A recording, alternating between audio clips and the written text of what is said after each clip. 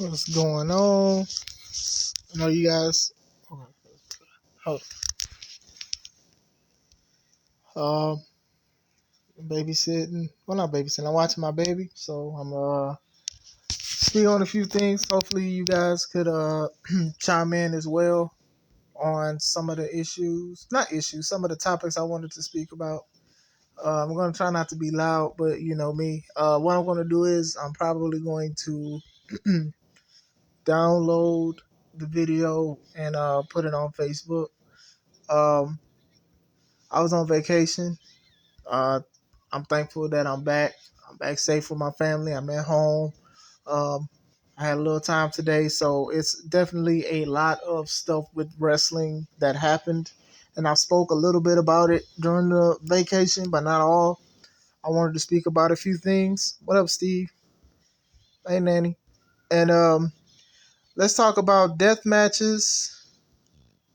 We can talk about death matches. We could talk about what else I said, Forbidden Doors, and we can talk about these dirt sheets, the rumor mills. So let's talk about this. I already have 6 people. I'm already grateful. How do I feel about the death match? I'm not a fan of it.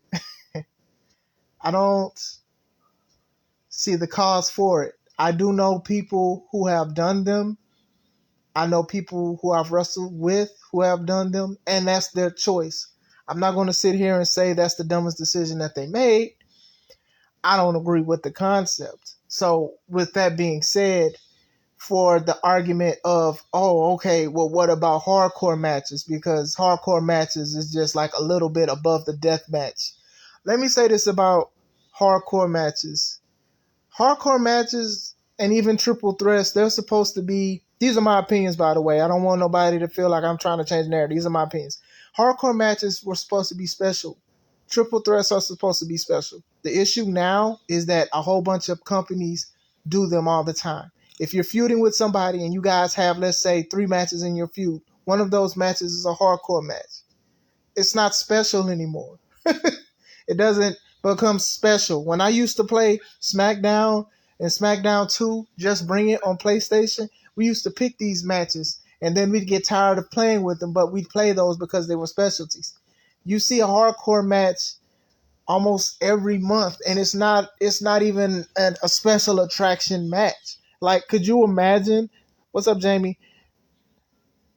Could you imagine watching ladder matches every week on each company on TV or something? You would eventually get sick of these kind of matches with ladder matches. And this is the thing, ladder matches were also looked down upon as well. But then when you see Razor Ramon and Heartbreak Kid do something so great with it, everybody tries to emulate that to this day because it was a great thing. So, but some of the death matches, like CZ, and some of it is cringy. And the thing is, Steve, is that's what people want to see. Honestly, you see these crowds, they spend their money or they come in free. They have huge crowds for that. And honestly, that's what they want to see. They expect that. Now, with that being said, a lot of people crap on it. I don't agree with some of it, but going back into the hardcore thing, this is another reason why, because that can go straight into a death match. So Brian says should be last match. I agree. Usually big matches like this, it ends a feud or it's something of a transitional thing. Like this is the rubber match. And I do feel that a lot of people mess up because the hardcore match usually is the second match. Or is just, oh, I can pick any stipulation. And it's always a hardcore match. I Kevin says it's like having a birthday every day. No matter how good it is, it get old. I call it too much birthday. And I agree. And I'm not knocking performers that do these because some people do hardcore matches all the time. It doesn't have to be a death match. It's definitely a difference. It's not just light tubes and everything like that. So looking at a death match on national TV, AEW, and I see Nick Gage versus Chris Jericho, in my mind, I'm like, Jericho, what are you doing?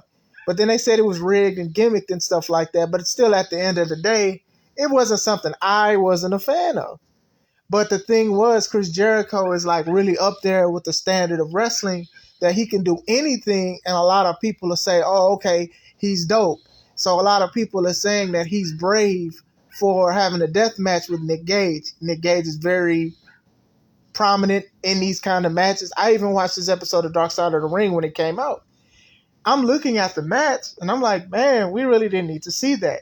And then a lot of people who are defending it, and you have a right to, they said that, oh, well, this kind of match isn't for everybody. And that's kind of a bad thing to say, because if it isn't for everybody, this is what may make somebody cut it off. Now, to anyone else's defense, it had 1.1 million views, which is also a great thing for ratings. But at the same time, some people get turned off from these kind of matches. Some wrestlers don't even want to do it because they respect their craft. And if we're going to say that we're going to respect Chris Jericho for doing a death match with Nick Gage, and they said a lot of the stuff was rigged and it wasn't really real weapons or whatever like that, how much respect are you going to have it? We can go all day with that. It's like the overuse of super kicks is becoming every part of the shows, and I agree with that. So let me see so that match it's okay. It was controlled.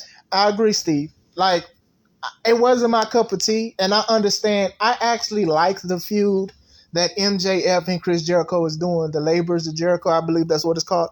I like it. I'm looking forward to seeing Juventud and Jericho go again. I'm not against them or whatever like that. It's just some things that I just didn't agree with. Now, the death match, it was not needed, but a lot of people are going to put that to Jericho's resume. And that's cool. That's your choice. I'm not going to tell you that you can't put that to anybody's resume. But with, like I said, even with going back to hardcore matches and stuff like that, you see it every week. And I know a lot of people get mad at Cornette when he says lazy booking, but he's actually right on this topic. He's right, because it goes into, sometimes it's not even a standard wrestling match. People go straight for the ladders, straight for the chairs, straight for the objects. There's no wrestling. It's like no storytelling to it. They go straight for the matches. Even the Money in the Bank. I forgot. I think it was the women one. Excuse me. All the women went straight for ladders except Alexa Bliss. So it used to be a time where you work your way into it, but now you want the fans to be engaged so quick. You hurry up and you grab the objects, and then it gets a little repetitive because a lot of companies do that. Street fights. People used to dress up for street fights. Now they wear the gear. They don't even do street fights right. And I'm like, man, this doesn't even look like a street match. A street fight is a street fight. You put it on like it's a street fight, not an actual match. Kev says, not for everybody is a built excuse for putting out a poor performance, regardless of the art form. The match with Gage and Jericho just came too soon after Gage versus Cardona. See, this is the thing, and I'm gonna go more into it when we talk about the Forbidden Door, Kev. A lot of people were anticipating Cardona to come in and cost Gage the match because of this Forbidden Door that people are saying that is open or has been left open. And it didn't happen. And was I looking forward to Cardona coming in? I didn't care, honestly, because I wasn't a fan of the match. I just wasn't. Domino's wasn't. I'm joking on this, but Domino's wasn't even a fan of it. But going into it, I do agree that when you say it's not for everybody, that is something that could be a good but mostly a bad thing, because it's like when you watch wrestling, when you have a diehard wrestling fan and you're trying to get other people to watch it, and then if they say, oh, I don't get one thing, oh, well, it's not for everybody. Why would that person watch the match? Why would they want to watch wrestling again? Define Forbidden Door, Steve. Okay, Bobby, my Facebook friend, he told me about it. I wanted to make sure what it was before I commented on it, because I did not want to just assume. The Forbidden Door is when basically when a lot of wrestling companies, they work together. They incorporate storylines. They do things together, and it's supposed to be for the greater good of professional wrestling. That's the Forbidden Door. Since we're on it, we can talk about it. Let me see. Jericho match. As far as the Forbidden Door is concerned, every company has done it, and that's my take on it. I mean, it's a fact. It's proven. You can look it up. You can look it up. I mean, I understand a lot of these companies are trying to compete with WWE and they're trying to do things that WWE didn't do. But at the same time, WWE has worked with many companies. And I'm not just talking about their own companies like SmackDown and NXT, Revolution Pro, Progress. I just had another one, Evolve. Like Street Profits were the Evolve Tag Team Champions not that long ago. So it's like you cannot sit here and be like, we're opening a forbidden door when the door has already been opened. Like, I understand if you're anti WWE or if you're anti AEW, you're just better off just saying that and then just moving on and say, I'm not going to watch it. And that's your opinion. That's your choice. I'm not going to sit here and argue with you and say, hey, you should watch this company because I like them, and you shouldn't watch this company. To each his own. To Deathmatch. People wanted to watch it. People liked it. They might have looked it up. Now, the articles are kind of ridiculous, in my opinion, about them, about saying how Deathmatch is saving wrestling. I don't think it's saving wrestling. It's been here for years. It is not saving wrestling. It is what it is. If you like it, watch it. If not, you can move on. Yep, whether it's major or indie or major to major. I feel like it's cool when they collaborate with others. I'm going to tell you guys why these don't last long. These forbidden doors, these partnerships don't last long. Actually, I think WWE kind of does a great job with it. You guys have to, many of us have to realize when you're working with other companies, one company has to feel like they're more superior than the other company.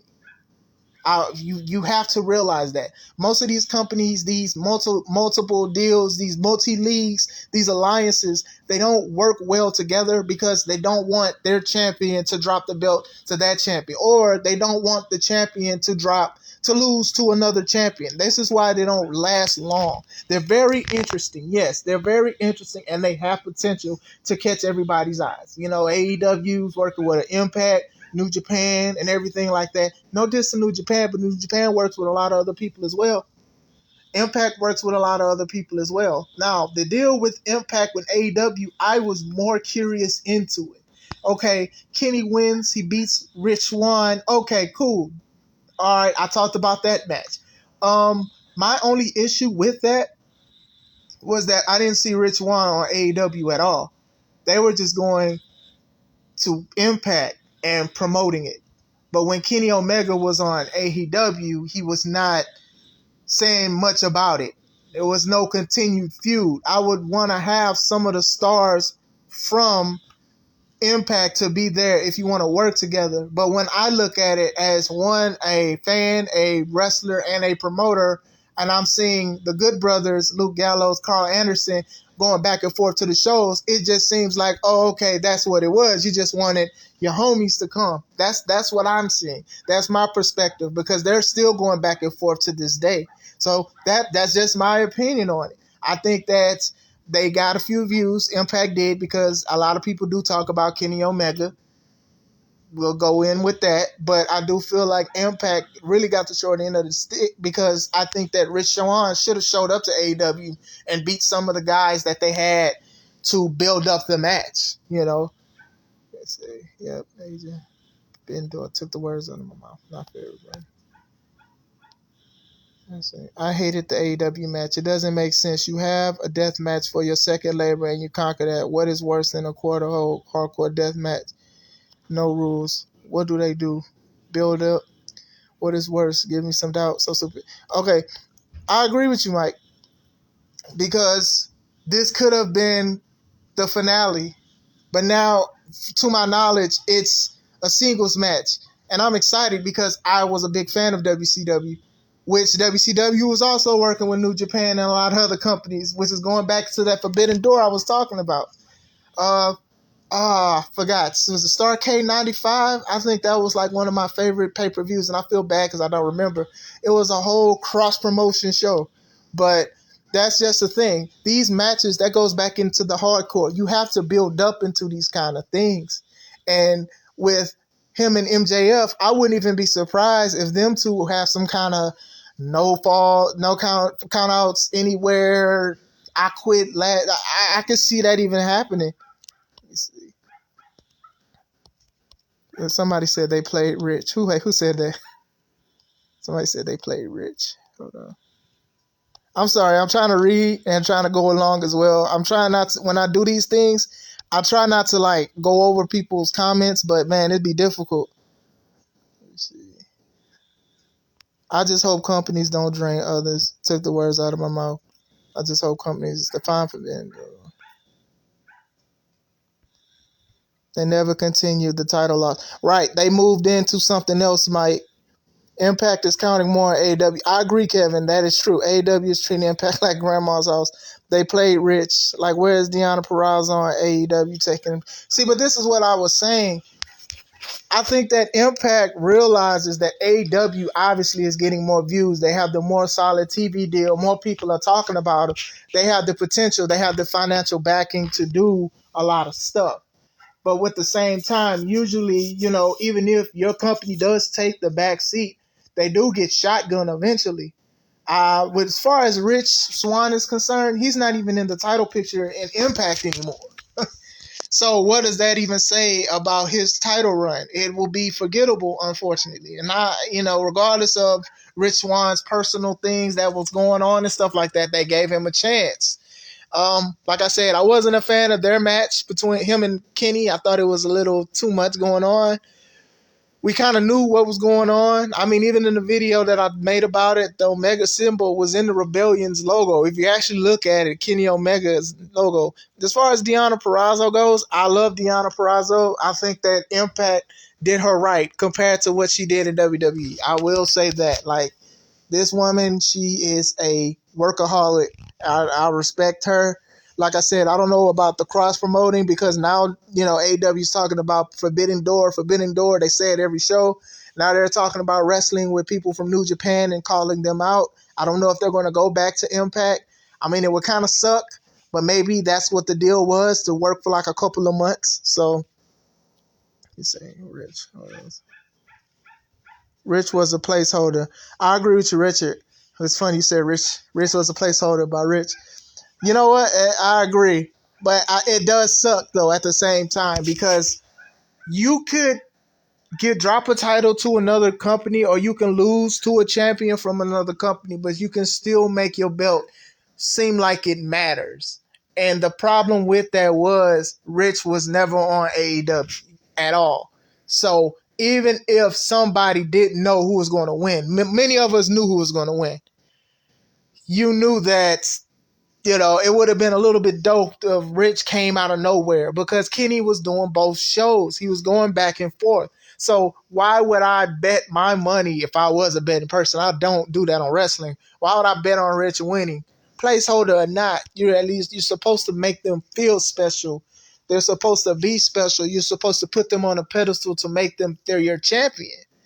So, and Rich is a good talent too. I saw him at Warrior. Yeah, I mean, I was big on him when he was even in WWE and everything like that. And when he went to Impact, I was like, he need a haircut. But other than that, he was still himself, and that was something that was it was good to see. Let's see. Steve says, but they are. I'm sorry, guys. They are doing stuff with NWA now. Yeah, it's and this is the thing with NWA. I loved Power when it was on YouTube. Now it's on Fight. You guys can subscribe to it if you like. I liked it, but then eventually with the COVID and everything like that, everyone moved out. Everyone went to AEW, they went to Impact, or they wanted to be released. So now they're coming back, and now they have a new roster. You have a lot of people that I've shared locker rooms with, some people that are becoming the faces of the Midwest, the faces of wrestling and stuff like that. So that's always a good thing. They have new people. So these are the things, like with the Forbidden Door, we have to realize that Forbidden Doors have always been open, and they will always be open, especially even on the indie scenes, man. Like, you have a lot of companies that work with other companies to showcase what wrestling can do. I've worked with True Privilege Wrestling. I work with Chicagoland Championship Wrestling. I work with other companies and stuff like that. I've talked to people. I've supported them. I went to their shows and stuff like that because they have a lot of good talent that's going on. Going into dirt sheets and rumor mills, I really don't pay attention to them. But the thing is, I am a part of like a lot of Facebook groups that do pay attention to them. So, well, yeah, you hit the nail on the head, Steve. It's not forbidden because everyone does it. Like if WWE wasn't doing it for 20 years, if no major company was working with another company for 10, let's say 5 to 10 years. Let's be generous. If it wasn't working for 5 to 10 years, then you could say the forbidden door is open. But when you say that, it honestly makes people curious. It works. It worked. It got me because I'm asking people, what is this forbidden door? I think I know what it is. It's not nothing new, but I want to know exactly what the forbidden door is. So that's my take on that. With the rumors and everything like that, everyone is speaking about it. Now, you guys know that I do you have a YouTube channel for C3 Ultimate, and I also have Taking Home the podcast, Taking Home Podcast. I have that. So you guys know that a lot of people who are in the space of content creation, they hurry up and they make videos so they can get thousands of views so YouTube can pay them. Not outing them. If you want to do that, you want to do that. I don't like talking about a lot of things if it's not 100% true. But everybody, it keeps blowing everything up. And I think that you could potentially blow it out of proportion and then you may actually be upset at the end of the day. I was going to ask, is it the Indies? Honestly, Kev, yes. Yes. Yes, because somebody could be the opening on one day and then the next day they could be the main event. So yes, it's a revolving door with the indies though. That's the difference between forbidden and a revolving door. Because somebody can be mid-card on one show, then the next show they can also be main event. Now the only way you can consider it, I guess, a forbidden door, honestly, is if the companies actually hate each other and they decide to work together. So that I think that's like the only way. But going into like these rumors and stuff. Okay, so like one of the biggest things that people are talking about is Bray Wyatt being released. So after the news broke out, a lot of people started sharing, budget cuts, which it probably was. You guys got to think, man, like regardless of this guy, you love this guy, you love this character, this man was getting paid. The man was getting paid. Braun Strowman was getting paid. You just don't know. I just say just wait and see. If it's mental, pray for him or hope he give him good vibes. Whatever people do who don't pray, do that. Atlas says it's a work. I'm hearing it's a work. I don't see why it wouldn't be a work. It's WWE. I think a lot of you guys have to realize that a lot of people still want to work for WWE, regardless of how we feel or we have a personal connection with the character. People still want to work there. They want to work at AEW. They want to work at Impact. But I'm sure a lot of these guys do want to work for WWE. You got to think about it. WWE is the number one. And they're probably going to be the number one for a long time. And I understand that. You guys, you're number one. People know who you are. People want that because even if you get released, you can go to the indies or you can go to another company and people will be like, oh, that's such and such. That's why there's issues with names and trademarks and copyrights. He said, if it's not a work, it's the worst business decision you can ever make. And, this is what I will say about Bray. I wasn't a big fan of his wrestling. I still not. I just think his character is very intriguing, and that's what gets everybody because it is different. Now, I think WWE has dropped the ball many a times with him, and a lot of people get upset that he was released. But to me, and like I said, I hate seeing people losing jobs because you're losing your income, right? And I'm sure he worked hard for whatever he's done. But at the same time, you guys we were already saying that WWE has dropped the ball and misused him. So if they actually released him, then you should be like, okay, well, he'll go somewhere. It might not even be AEW. I personally think he should wait a little bit.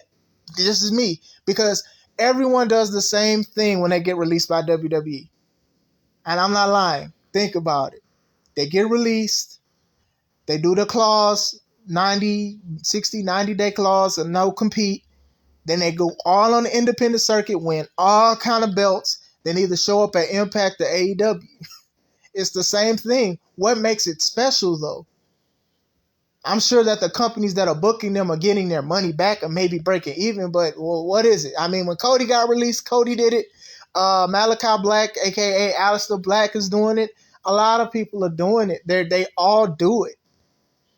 And it's dope to see people on national TV again. But at the same time, like with Bray, I think that if he goes to the right company, I really think that they would do what a lot of people wish WWE would have done. Now, the thing with Bray is obviously his name and maybe the costumes as well, because I know that WWE spent a lot of money on that. So I don't know, like, when we think of financial backing that's not WWE, we obviously think of AEW and Tony Khan. I'd wait, but not too long. He's a character-driven rep. I agree with you on that one.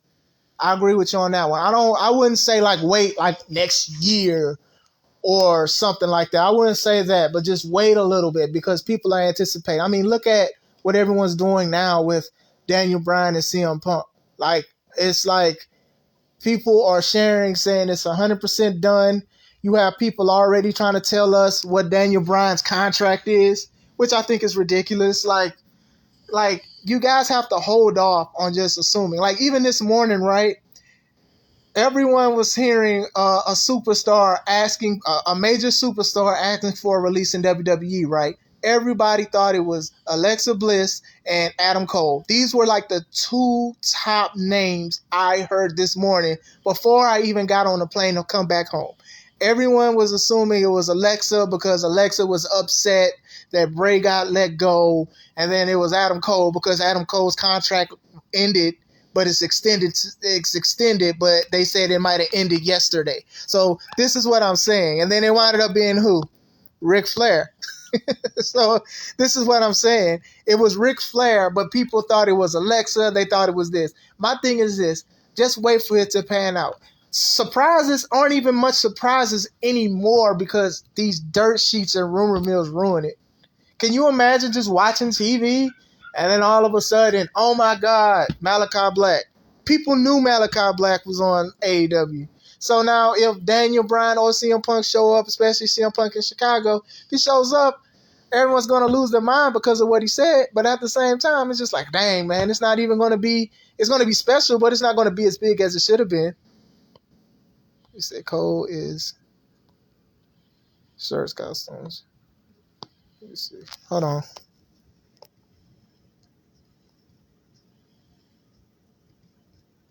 I said again, whatever he does, wrestling or not, he will do wonders. I agree.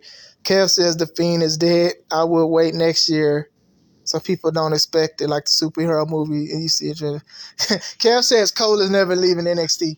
Honestly, I don't. If Cole does it, if he does get a contract extension, if he wants to, I don't see Cole leaving. I don't see Tommaso leaving. I do not see Gargano leaving. You know, these guys have really put NXT on their back. And that's another video I'm gonna probably do. Like NXT used to be so big. It used to be like, let's just talk about this. So yeah, with the rumor mills, it just gets so big and it gets so frustrating at times. And it's just like, you know, you want to break ratings. Sometimes people will not see it when it happens because people already assume that it's going to happen, and it messes everything up. Like I said, this morning, it was Alexa supposed to quit. It was Adam supposed to quit, but it was Ric Flair because he wasn't comfortable with the storyline. I thought they stopped the storyline because Lacey is with child now. How so? Unless he comes back completely out of shape, AEW is the best place for him to be. I think he's talking about Bray. So many dream matches. With Bray, honestly, I think people are anticipating, out of all the wrestlers, they are anticipating him to go, besides Aleister Black. People were really anticipating him to be at AEW. And I actually liked how he came to AEW. And I think they're doing a great job. The Cody thing, I try to fizzle that out of him versus Cody. But with Bray, I think Bray will probably most likely go to AEW. But if he doesn't want to, he can go anywhere, except probably anywhere. So I think that the character, honestly, can be brought back from what WWE did. It won't be The Fiend, but I think that the character can be brought back because a lot of fans of Bray Wyatt, a lot of fans of The Fiend, they want to see what it can become because we're seeing what Malachi can become. As he's already going against, I guess, the top superstar, if you want to call Cody a top superstar. No, you know how I already made a video about Cody. It is what it is.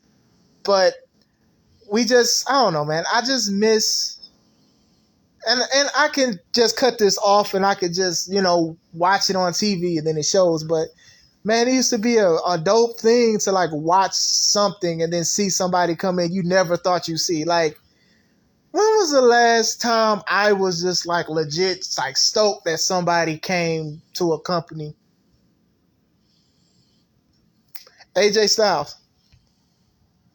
Oh, Punk. Yeah, we talk about AJ Styles. AJ Styles was, when he showed up at the Royal Rumble, I was not expecting that at all. And then again, I wasn't really deep into like on Facebook like that with wrestling. I thought that was pretty dope. Talking about Punk. Yeah.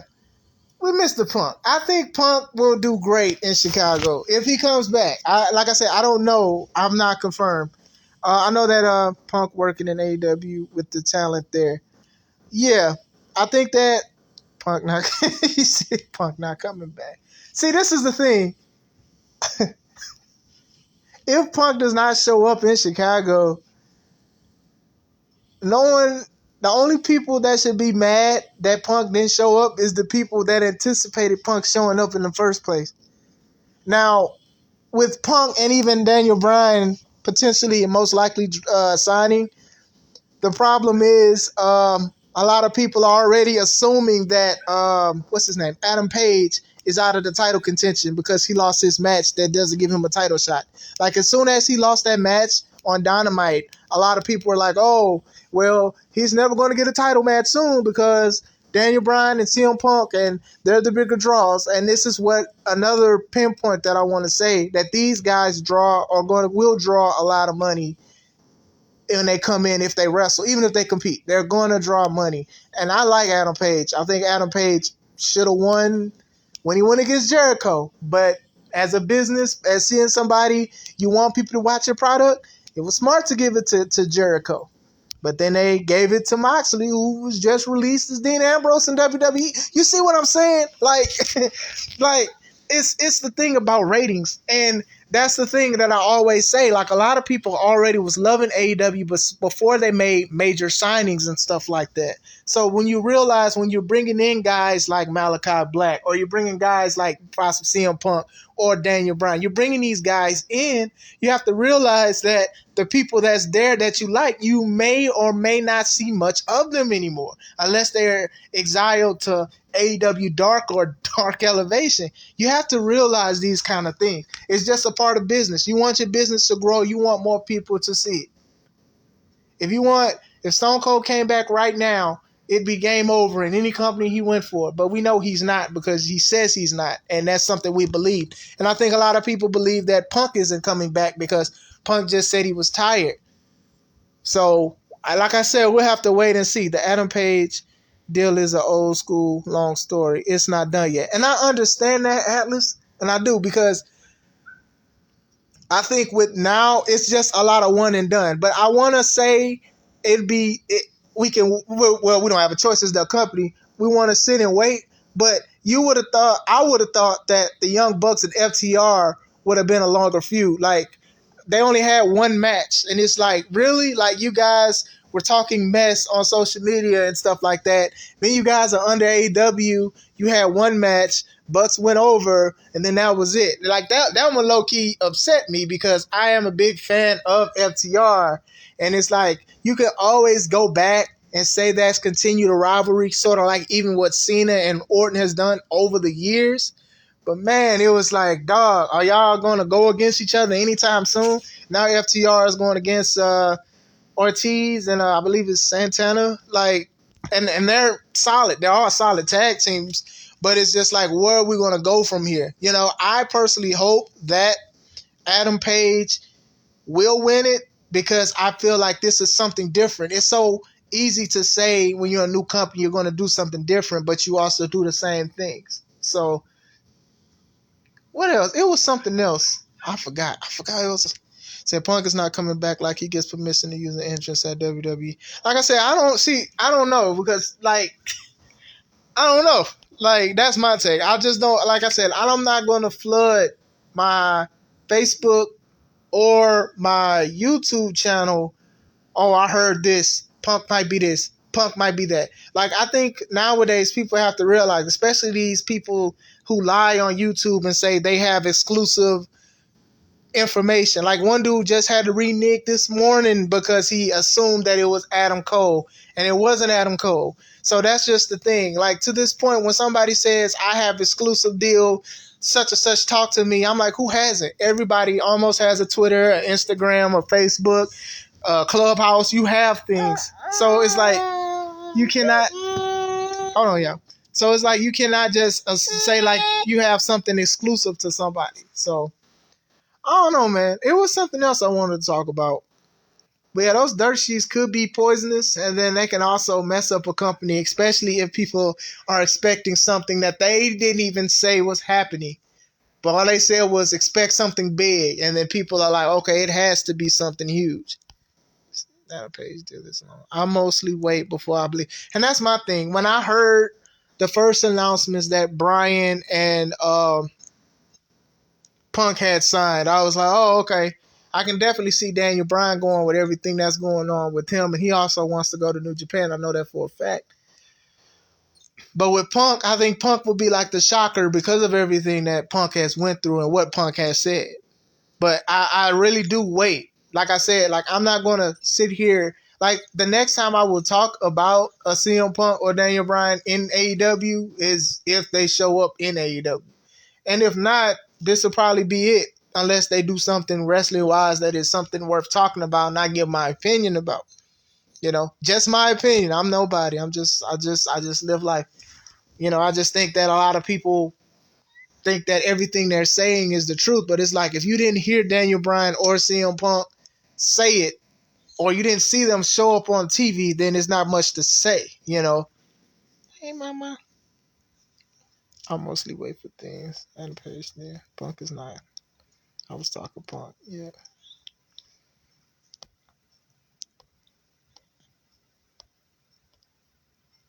Hey, yo, Atlas. If you're still on, quick question. I don't know if you heard earlier today. What do you think about death matches with wrestling? What do you think about those? I want to hear your. I want to read your opinion on it.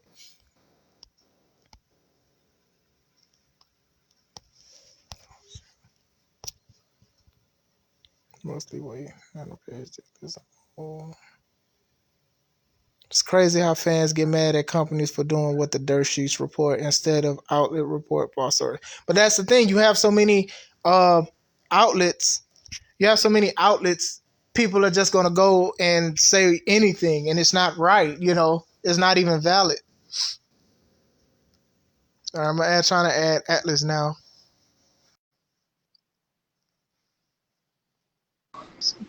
What's up? So you asked about dirt sheets.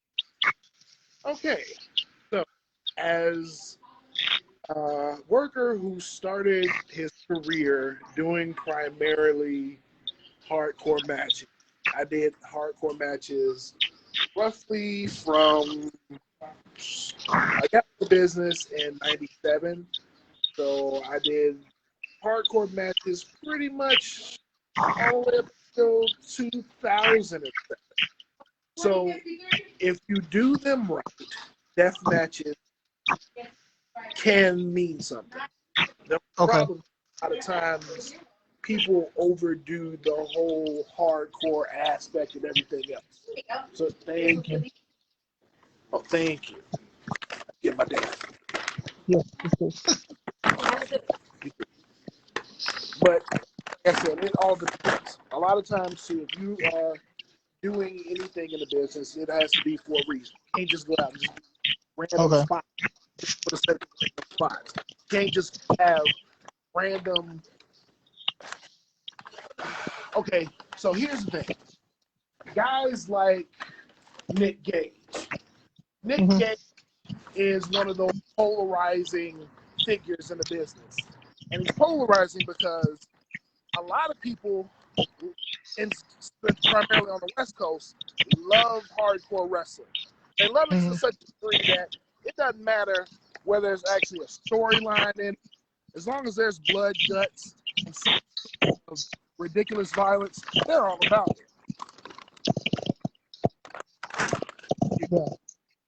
Yeah, you good. Here in the Midwest, our version of hardcore is a little bit different. It deals more along the lines of strong style. We usually have a tendency to build towards things to where the crowd can actually feel it. They deal with stuff like blood and guts. Color in the business has its place. Weapon in the business has its place. When you're overdoing it to where it's such a gratuitous mess that none of it makes sense at all, that's when it starts to become ridiculous. Shit like Nick Gage. Nick Gage is completely ridiculous. For him to have a platform like AEW to display that type of garbage, it reminds me of shit that used to happen on JCW. Are you familiar with JCW? JCW? Yes. Juggalo Shit Wrestling. Yeah, I've heard about it a couple times.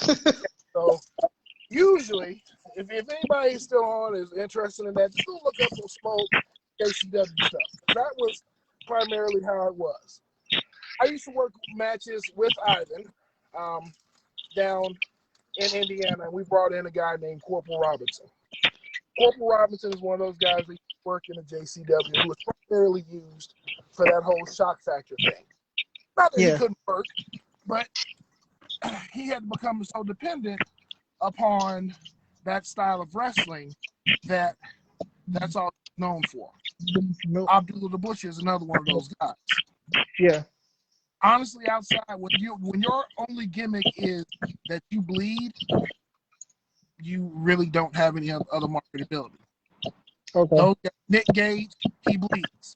What does he do outside of that? Can you tell me one Nick Gage promo that you heard, one Nick Gage match that you saw that was memorable? Probably not. No. Can you tell me one Abdul the Butcher match that was worth anything that you saw that was halfway decent or anything else? Not at all. So it's all the same. Everything has its place, but when it's overused, it becomes ridiculous. And that's how a lot of these guys are. Now, you talked about the whole. Now, I personally, I want to cycle back for a second. I don't believe that there's anything wrong with the speculating on the Punk and Bryant and anything else. And this is kind of like what I was typing into the chat. Think about AEW is people compare AEW to Impact by saying that both have been burial grounds for released WWE talent. I would have to respectfully disagree with that for one reason. Even with AEW bringing in a lot of former WWE talent, they have still found a way to incorporate their homegrown talent in with those talents and bring everybody up to the point. You have to use those. It'll be completely ridiculous to not use those WWE former faces that you know to not bring up your other talent. Impact hasn't done that. Impact has had how many different stations within the past 10 years? They had a lot. It's a lot. And I think they're on Twitch now. Right. And you can't tell me one homegrown talent that they have produced within 10 years that they've used, produced, and stayed there and used in a portion to elevate the entire company. I can give you two right now that AEW has used and it has elevated. Darby Allin, who nobody knew who the fuck he was. Nobody gave a fuck who he was. Now fucking the faces of the company. Nobody knew who the fuck this fucking guy was. Who's the other fucking guy? Sammy Guevara. Sammy Guevara, nobody knew who the fuck this fucking guy was. I'll even give you the best, and right now, the best heel in wrestling, right now, bar none, without asking, no argument, anybody else, MJF. Mm-hmm. MJF, the best heel in wrestling. Why? Because he's one of the only guys that knows what being a heel is. I don't have to be the cool guy. I don't want you to cheer me. I'm going to do everything I possibly can to get you to boo me. And even if somebody is remotely fucking cheering me, I'm going to do some heel shit to make sure that person is booing me too. Yeah, Kev says Jungle Boy. Jungle Boy too. Jungle Boy as well. But see, I will have to say that I will agree that I will not put Jungle Boy on that list because while Jungle Boy should, if Jungle Boy was in WWE right now, Jungle Boy will be pushed through the roof, not because of his talent, but because he was Luke Perry's son. Okay? I agree with you. And I think AEW has been very careful to make you believe in the Jungle Boy character for the character himself, rather than pushing him down your throat as Luke Perry's son. So he has been in the tag team with Marco Stunt and Luchasaurus, and I think that's the best place for him to be because he still needs time to develop. He's not on the same level of character. As far as the worker is concerned, he's great. He's a great fucking worker. But as far as character development is concerned, he is not even remotely as interesting as Sammy, MJF, period. Yeah. Yeah. I agree. I mean, MJF. Yeah. Yeah. He So yeah, I remember people were talking about when MJF he gave that kid the middle finger after autograph signing. Like people were legit upset with him because he did that to a child. Heel shit. And that was perfect. Yeah, so that is the epitome of what I tell everybody of what being a heel is. If you are a heel, should not be afraid of making people boo you. Yeah, I think I don't know. It's different. Like, and I say like that's why I like talking to you, especially like heel work because I think a lot of people just try to use generics how to be a heel for dummies concept, and it doesn't stick with people. You know, when I watched Dynamite and MJF came out, crowd was just booing the hell out of him. And it wasn't like, oh, we just booing him because, you know, we were supposed to. We're booing him because he's a butthole. You get what I'm saying? And the thing about it is, and I tell everybody, I tell every young guy these exact same thing. You don't have to do a whole bunch of extra crazy shit to be a heel. It doesn't even have to be that fucking cerebral. A good heel is one that thinks outside the box. A good heel is somebody that actually sticks to his character and knows who his character is and operates from that. Iron Anderson was never anybody else besides Iron Anderson. You cannot show me one fucking interview or anything outside of it that he was trying to be somebody else to try to do something else. But I can tell you a lot of different guys nowadays fit into these other different boxes. You know, they'll start out working one way, start out talking one way, and now go to something else. Great example, L.A. Knight, who basically is a white version of The Rock. Yeah.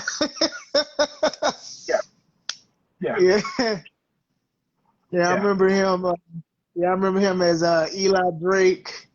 Eli Drake. It's the same shit. His promos are a mixture of fucking Ken Kennedy and The Rock. I can, especially with the Kennedy, I can agree. Yeah. It's like you trying to have a voice that people remember, and it can do two things. People can either follow it or they can be irritated by it as soon as you say it. So, the Miz did it too. What do you say? Like hoorah or something like that? Like when he first came into WWE, he tried to have like something. It didn't really work that well at first. No, So they I think somebody came in and was like, "Hey man, stop doing that shit," and they yeah. really it was they had to pump them back. So you have to have guys who know where they are, know where they're fit, not trying to be somebody else. Eli Drake fucking is somebody trying to be somebody else. Hmm. You got there aren't that many guys that are completely fucking original.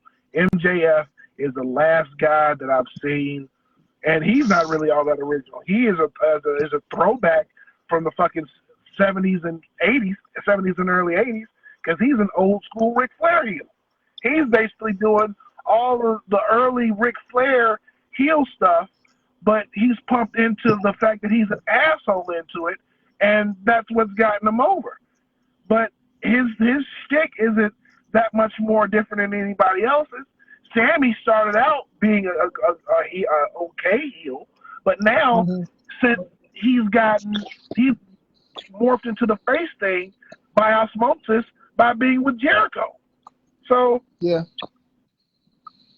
Yeah. and I'll agree with Steve.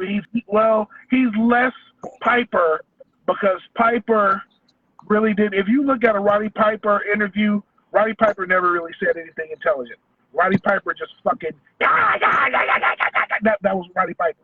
He never really said anything that was thought provoking or anything else. Roddy Piper was a dick, a racist dick at that. If you don't believe me, listen to anything that he said about fucking Mr. T and that whole deal. When that fucking guy was there to get you, your silly goofy ass over, you can't fucking work. All you can do is and you had heat against him because he didn't know anything about the business. Okay, but anyway, Yeah. I digress. Remember the half blackface?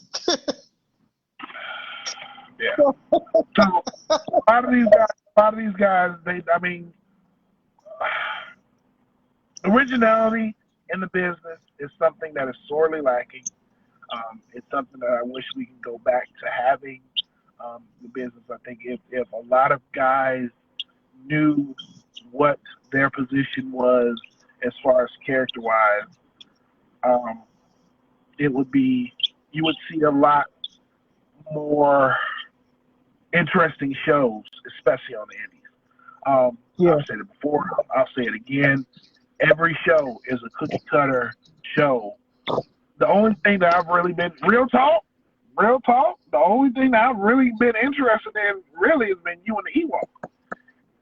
I Really, appreciate it. and truth, been eating your ass up in promos. I've been like coming back, been like, man, homie been trying to, man, I need to come and show you how to eat these promos because truth be told, I eat his ass up in a promo, but that's just between me and him. Like this barbecue, Okay. eat his All ass right. up. Yeah. I mean, I But don't know, yeah, man. I don't know. I tried. Like, I tried. It's just, looking at what you were doing in PPW and like other people is just, I just don't want to just keep trying to do something generic or whatever like that. So, no, it's not that you sound generic. It's the same thing that I told our old friend Jeremiah. Jeremiah has recently broken through his little thing where he was before he was trying to be a heel, but he couldn't be a heel because he had a baby face. It's kind of hard to say you was being tough because you too fucking nice. I've heard that before. Exactly. That's I've just heard like that. saying I'm finna go over here and poke this little unicorn over here. And even if this unicorn is mad at me, it's still gonna be cute.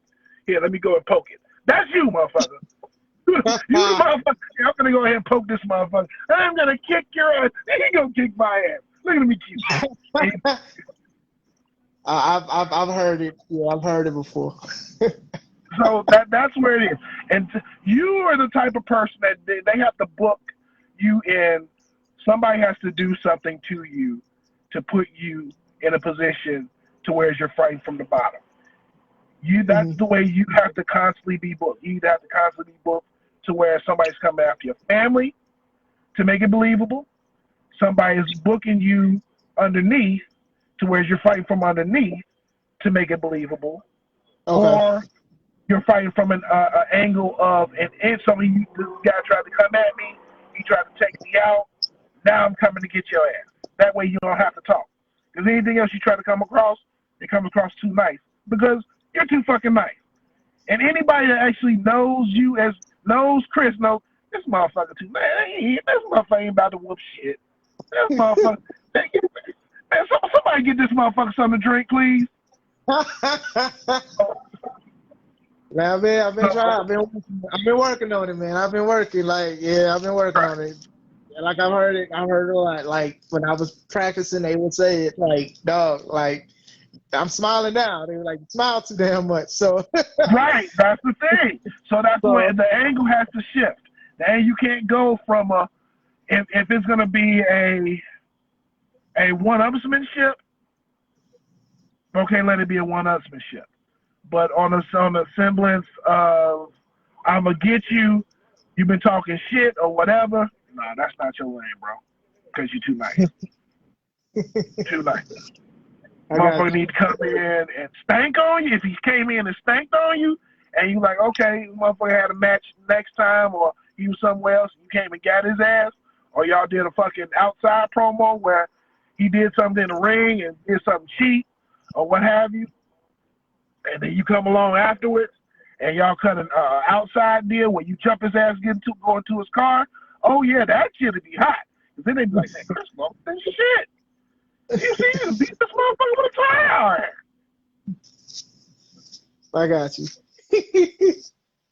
I got you. That type.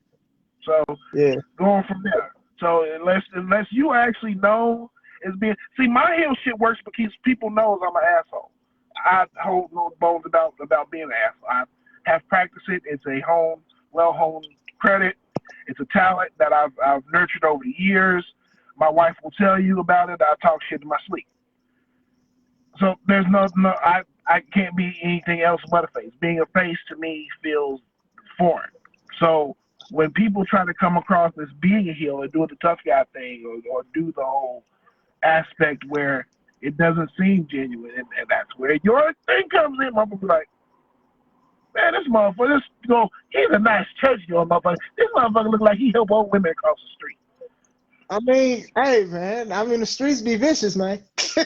Right. The streets be vicious. I look like the type of motherfucker that I'll knock the old woman upside her head and take whatever the hell she got and leave her in the middle of the street. Your ass look like you pick her ass up and finish up with ass across. I tell her to stop going in the street. Don't cross that man. I mean, yeah. But no, I truly get what you're saying. And it's stuff that I'm going to continue to work on. And I actually appreciate it because I do know that some people will take it the wrong way. And I know you're not doing it out of like a bad place, you know. No, I'm trying to let you know that, where you go and where you've been ain't where, okay, how can I put this? Where you've been is not a reflection of where you are right now. Because where we were, where the first place where I saw you work, the worker you are, the person you are, the mindset that you have right now is nowhere near where you had been right now. I think if we had the same match that we had back then, it would have been a completely different thing. If I had come to you right now and been like, we'll call it in the ring, you wouldn't be spooked. You wouldn't be worried about it. You'd be like, okay, cool. When I told you that then, you had this look here. Yeah, yeah. But I understand it now, though. I understand it. Because, Courtney, we talk about it a couple of times, and it's like, I understand it now. And, some people would take offense or just be mad at you, and it's not like that. It's not like it. Like, I truly understand. Because I thought I knew a little bit back then. So, you get what I'm saying? So, but where you are right now, you realize how much more you know now compared to what you know then. Yeah, and I see it. I see it, and like I said, I understand and I respect it. Like I said, Usually after live, I message you, or even like when C Red talking, I say thank y'all, because you got people that don't even want to get this kind of information out. They feel like you got to subscribe to them or you got to pay them to get this kind of information. So, Well, coming up in the place where I came up, so I came up in the business before C Red. So yeah, I was the first one from CBS that was anything else. Me and Willie started maybe about 6 months apart. So I know how it was coming up as a young black guy coming up in Windy City, when Windy City was the only place in town. When Windy City, where they routinely subscribe to taking your fucking money, not smarting you up, and hopefully they beat the hell out of you every practice, praying that you wouldn't come back. So hmm I know the business from that aspect and know how hard it was for me to get any semblance of being smartened up until now. So that's why I try to pass on as much knowledge as I possibly can in a way that's going to help you actually get better. yeah. And like I said, I appreciate it. Man, you just got your food, right? Man, I got an hour and a half to drive anyway. I'm Oh, out here on 95th Street, and I have to drive all the way back to Naperville. So, yeah. oh But I'm man. going to go ahead and start that drive right now because my wife will be calling me very soon. So, Okay. I'll check you guys later. All right, man. Appreciate it, man. That was Atlas. Yeah, man. That guy, and it's a lot of guys that I look up to or I can talk to, and like they would say stuff from a good place. It's never coming from a bad place. And I want to say that before I get off of here, is that, criticism is needed, especially if many of us want to grow in the business. You know, just because you do one move good or you have a good match, that does not mean that you are ready. You can have good matches a whole year and still not be ready when it's time to show up. Like I said, if you can find a facility to practice, practice. If you can find a way for promos, practice. Respect the business. Like when I talk to Jonte, and I keep thinking about it, because with Jonte, his biggest thing, and mine too, is there's money that can be made in this business, but people going about it the wrong way. Jonte says it's trash, and I can't even disagree with majority of he's saying when he say that, to be honest. So I just remember that, like I said, I would have broke this up to like a couple videos, and it probably wouldn't even got a lot of views. But I'm still working on a YouTube. I'm still upload it. I thank everybody that spoke. Steve, Kev, thanks Atlas, Mike for speaking, Stacy, it's other people. Thanks for people for watching. I appreciate you guys. I'm head on out. I'm attending my baby. You guys have a wonderful day. I'm out.